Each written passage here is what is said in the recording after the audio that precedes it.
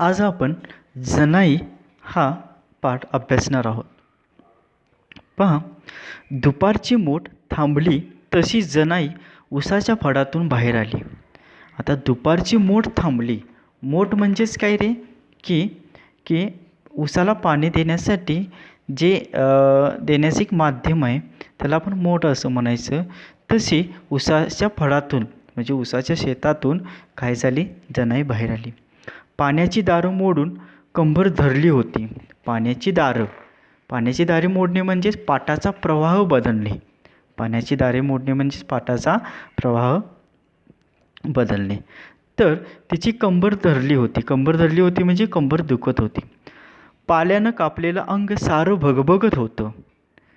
की बघा, उसाच्या शेतामध्ये गेल्यानंतर उसाच्या पाल्यानं काय होतं की त्या शेतात काम करणाऱ्या व्यक्तीला काय होतं की त्याच्या त्वचेवर कापलं जातं लहान. तर तर पाल्यानं कापलेलं अंग सारं भगभगत होतं. केव्हा घरात जाऊन पडील असं तिला झालं होतं. आणि केव्हा घरात जाऊन पडील म्हणजे विश्रांती घेईल असं तिला झालं होतं.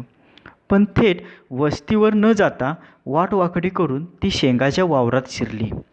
तर ती थेट उसाच्या फडातून आपल्या वस्तीवर म्हणजे घराकडे न जाता ती कुठे वाटवाकडी करून म्हणजेच ती शेंगाच्या वावरात म्हणजे शेंगाच्या शेतामध्ये शिरली. आज सोमवार होता. 2 वेल उपटून घ्यावेत. पोरंही 4 शेंगा खातील आणि आपल्याही पोटाला जरा आधार होईल म्हणून लगालगा ती शेंगाच्या वावरात आली आणि भुलल्यागत बघत उभी राहिली. तर सोमवार असल्यामुळे तिचा आज उपवास होता आणि 2 वेल उपटून घ्यावे म्हणजे शेंगा काय करायच्या? 2 त्या शेंगाच्या जाळ्या उपटून घ्यायच्या. आपली पोरंही खातील आणि आपल्याही पोटाला जरा आधार होईल म्हणून ती शेतात शिरली. मात्र त्या वावरात शिरल्या काय झालं? ती सतत भुलल्यागत तिकडे त्या शेताकडे बघतच राहिली. गॅसबत्तीच्या प्रकाशात हिरवागार शालू झागमाग करावा तसं ते वावर चमकत होतं. आता वावर म्हणजेच काय? शेत. की जसं गॅसबत्तीच्या प्रकाशात जसा हिरवागार शालू झागमाग करावा तसं त्या शिवारात काय होत होतं की तिला चकमकताना दिसलं. वर ऊन असलं तरी ती खाली गार वाटत होतं.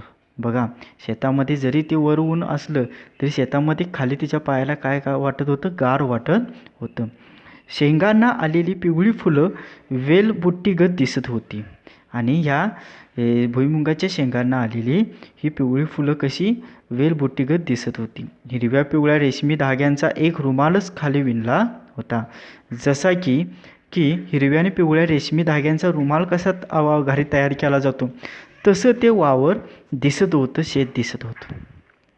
रात्रंदिवस घाम गाळून आपल्या हाताने काढलेल्या त्या काशिद्याकडे बघत जनाई थोडा वेळ उभी राहिली.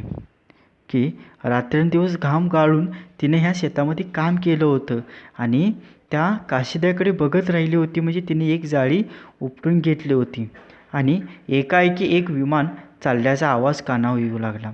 आणि ती जाळी उपटून हातात घेतेच तोपर्यंत एक जवळून विमानच गेलं की असा तिला एक आवाज आला. भर दुपारची वेळ आणि रव रव रव करून आवाज कानावर येऊ लागला. अगं बाई, विमान म्हणून तिनं वर बघितलं पण वर काहीच नव्हतं. नुसतं कोरडं आभाळ पसरलं होतं. तर तिला वर आकाशामध्ये काय दिसलं का? काहीच नाही. विमान वगैरे काहीच आकाशात नव्हतं. निळभर आभाळ होतं. निळशार असं आभाळ होतं.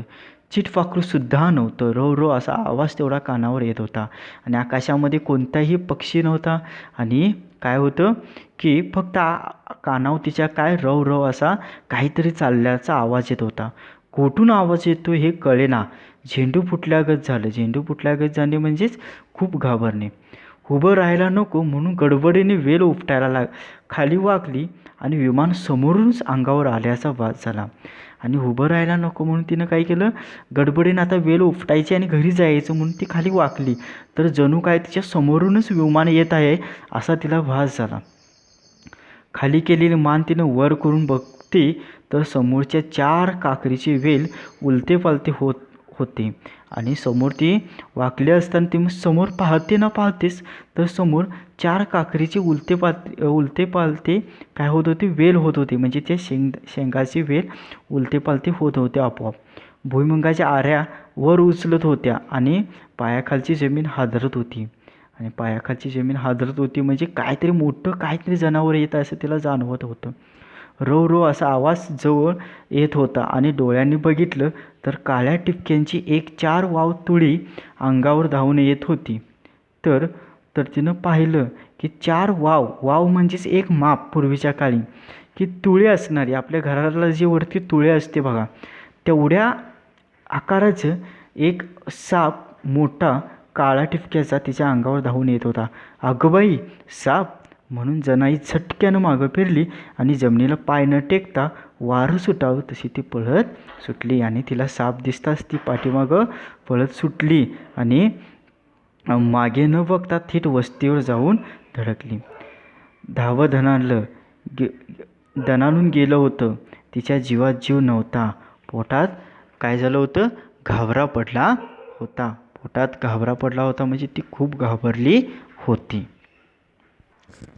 अगं अंग सारं घामानं थपथपलं होतं बघा. ती धावत आल्यामुळे आणि भीतीमुळे तिचं अंग सगळं घामानं काय झालं होतं, भिजलं होतं. तोंडावाटे शब्द फुटत नव्हता. वाचच गेल्यागत तिला झाली होती. म्हणजे तिला काहीच बोलता येत नव्हतं. हातपाय थरथर कापत होते. ऊर धाड धाड करीत होता. वस्ती कशी गाठली हे तिला समजलंच नव्हतं. एवढी ती अशी काय झाली होती, घाबरली होती. वस्ती गाठली हे तरी खरं का म्हणून डोळ्याने ती भोवती बघत होती. मनाची खात्री करून घेतली होती आणि आजूबाजूची सारे भाऊबंद गोळा होऊन येत होते. भाऊबंद म्हणजेच तिच्या शेजारील किंवा तिच्या शेजारील लोक किंवा तिचे भावकीतील लोक. बघता बघता सारी वस्ती गोळा होऊन आली. कालवा उडाला म्हणजेच गोंधळ उडाला, दंगा झाला. काय झालं आहे म्हणून पोरं पदराला धरून विचारू लागली. काय झालं आहे म्हणजेच आई. ती लहान मुलं विचारू लागली.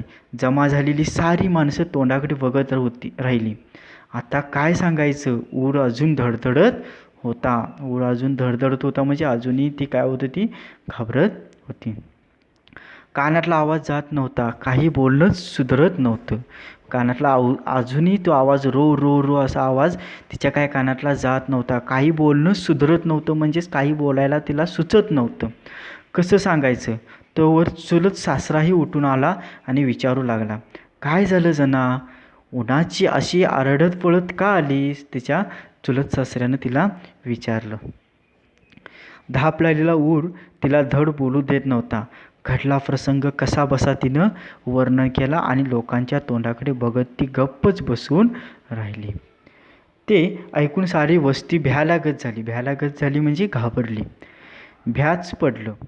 आपल्या रानात एक भुजंग आहे, 15-20 एकर रान हिंडतोय असं आपल्या वाडवडिलांकडून भाऊबंधांनाही ऐकलं होतं की यापूर्वी पण सगळ्यांना ऐकून माहीत होतं की आपल्या ह्या 15-20 एकरामध्ये एक मोठा भुजंग आहे म्हणजेच नाग आहे आणि तो ह्या 15-20 एकर जमिनीमध्ये फिरत आहे. ह्यापूर्वी आपल्या भाऊबंधांनी सांगितलं होतं, हे सगळ्यांनी ऐकून माहीत होतं. पण गेल्या 10 वर्षात त्याचं नाव कधी निघालं नव्हतं. कधी कुणाची गाठभेट म्हणजे कुणाला तो दिसलाही नव्हता. एकदा दोनदा त्याची कात तेवढी रानात आढळली होती. म्हणजे भुजंग किंवा साप त्याला पुनर्जन्म येण्यासाठी तो स्वतःची कास टाकतो आणि त्याला मग पुनर्जन्म येतो. त्यावर त्याची कधी कोणालाही त्याचा धूम लागला नव्हता. कैक वर्षे त्याचा विसर पडल्यागत झाला होता. त्यावर आज जनाईला दर्शन दिलं होतं. वस्ती सारी चपापल्यागत झाली होती म्हणजे घाबरलेली होती. जनाईच्या पोटात तर खड्डाच पडला होता. खड्डाच पडला होता म्हणजे ती खूप घाबरूनच गेली होती. गोळा झालेले भाऊबंद निघून गेले आणि ऐकलेला आवाज कानात घुमतच राहिला. एक विमान सारखं फिरतच राहिलं. तरीही घरात बसून भागणार नव्हतं. जीवाचा धडा करून जनाई शेतात जात राहिली. एक दिवस तो समोर येऊन ठाकल्यावर मात्र जनाईनं त्याला बजावलं. आता एक दिवस मात्र असं झालं की समोर पुन्हा एकदा तो भुजंग तिच्या समोर आला. आता जनाई त्याला काय म्हणते बघा, का बाबा आमची पाठ घेतलीस, कशापायी व्या दावायला लागलीस, आमच्या रानात वस्तीला राहिलास तर आमची राखण करशील का भ्या दाखवशील, तूच राखण करायला पाहिजेस, कसं कसं चाललंय ते तू बघतोयस नवं. तर जनाई तिच्या भाषेमध्ये बोलत आहे की तू आमची का पाठ घेतोस, तू आम्हाला का भीती घालतोस, तू आमच्या वस्ती आमच्या रानात राहतोस ना, तर तूच आमची राखण करायला पाहिजेस, आमचं कसं चाललंय तू पाहतोस ना, कशा तऱ्हेने दिवस कंटाळायला लागलो हे तुला काय माहीत नाही का बाबा, लय जीव वैतागलाय माझा, वस्तीला आहेस आमच्या, लय नाही थोडी तरी तुला कळकळ यायला पाहिजे, कुणाचं पाठबळ आहे माझ्याकडे. म्हणजे जनाई म्हणते मला कुणाचंही पाठबळ नाही, आणि तू जर अशी मला भीती घातलीस तर आम्ही करायचं काय, माझ्याशिवाय कोण पुढं होऊन करणार हा आमच्या घरात. तर माझ्याशिवाय म्हणजे जनाईशिवाय शेतामध्ये जायला घरामध्ये दुसरं कोणीही नव्हतं. माझ्या वाट्याला तू जाऊ नयेस, म्हणजे माझ्या वाट्याला परत तू येऊ नकोस, सांगायस ते तुला मी सगळं सांगितलं. आता निवांत जरा झाडाखाली बसून भाकरी खातो, तर आपला कुठंतरी गपगार निघून जा. आणि आता काय कर की आता मी तुला एक सांगतोय की मला आता भूक लागलेली आहे आणि मी आता भाकरी खाणार आहे, कुठेतरी झाडाखाली बसून, आणि तू आता तोपर्यंत तू इथून कुठून तरी निघून जा. माझी भाकरी खाऊन झाली म्हणजे मी जुंधळा कापायला काय करणार आहे, जाणार आहे. त्यासाठी तू आता काय कर की दिवस बुडूस तर मला सगळं रान मोकळं करायचं पाहिजे, हे बघ आता काय करायचं ते तुझं तू ठरव. आता मी तुला हातच जोडतो, खाऊ मी भाकर आता, अशी ती म्हणते. आणि परवानग्या घेतल्यागत करून जनाई तिथून हलली आणि बांधाच्या एका झाडाखाली सावलीला येऊन बसली आणि फडक्यातली भाकरी काढून हातावर घेतली आणि रानाकडं बघत तिने घास मोडू लागली म्हणजे ती भाकरी खाऊ लागली. तिथे 2 घटका बसून तिनं सावचित्तानं जेवण केलं आणि दोन्ही भाकरी तेवढ्या पोटात घातल्या. संघ आणलेल्या म्हणजे सोबत आणलेल्या तांब्यावर पाणी प्यायली आणि डरकन 2 तिने काय दिले, ढेकर दिली, आणि मग ती उठली आणि आडवा पदर बांधून रानात शिरली आणि आता वेळात घेऊन मनगटासारखी धाटं भरा खाली जमिनीला लोळण घेऊ लागली. धाटं म्हणजे ज्वारीने किंवा बाजरीची कणीस कापून राहिलेला हा एक भाग आहे. तर सर्वांनी हा धडा 3 वेळा वाचायचा आहे आणि स्वाध्याय सगळ्यांनी सोडवायचा आहे.